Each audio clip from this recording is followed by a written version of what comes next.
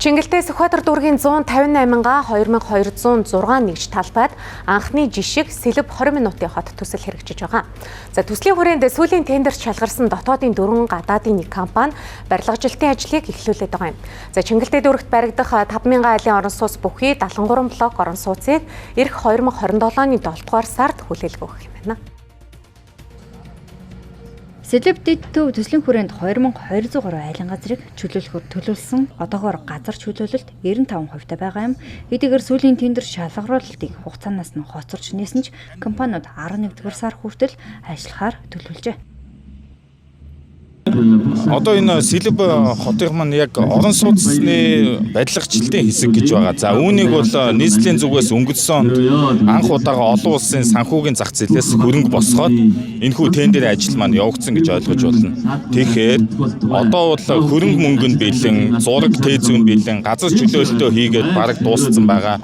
Тэгэхээр одоо бол зөвхөн манай үндэсний одоо энэ тендерт ялсан компаниуд болон энэ олон улсын компаниуд ажиллаа чанартай хугацаанд нь төргийн шуурга хийх нь чухал.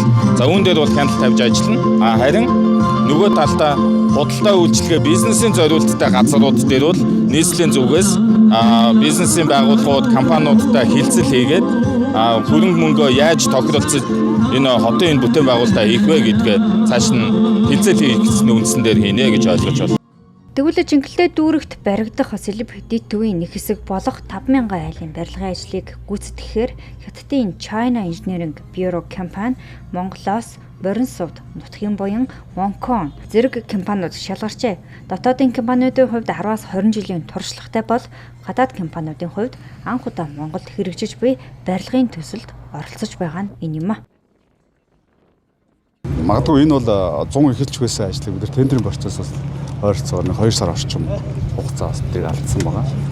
Тэгээд яг намар орой бид одоо удахгүй үйл болох гэж байна. Тэгээд өглөөс өмнө бид ажлыг нэлээд эрчимтэй эхлүүлнэ.